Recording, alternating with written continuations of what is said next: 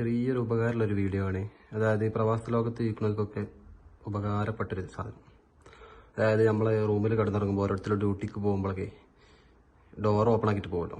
അപ്പോൾ ഓട്ടോമാറ്റിക് അടിയുന്ന ഒരു സിസ്റ്റം ചെറിയ ചിലവിൽ. അതായത് അതിന് വേണ്ടത് ഒരു കയറ്, ഒരു കുപ്പി, ഒരാണി.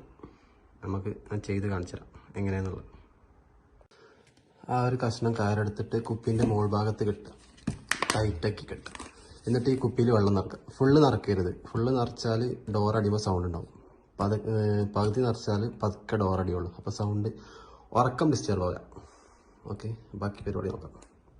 കുപ്പിയിൽ ഇതാ പകുതിയിൽ കൂടുതൽ വെള്ളം നിറച്ചിന് കയറിൻ്റെ ഒരറ്റം മുകളിൽ ആണിമേൽ കെട്ടിയിട്ട് ഇതാണ് നമ്മളെ ഓട്ടോമാറ്റിക് ക്ലോസിങ് ഡോർ.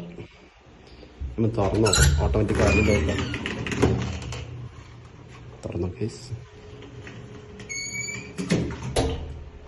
ഇത്രയുള്ള പണി. ഓക്കെ.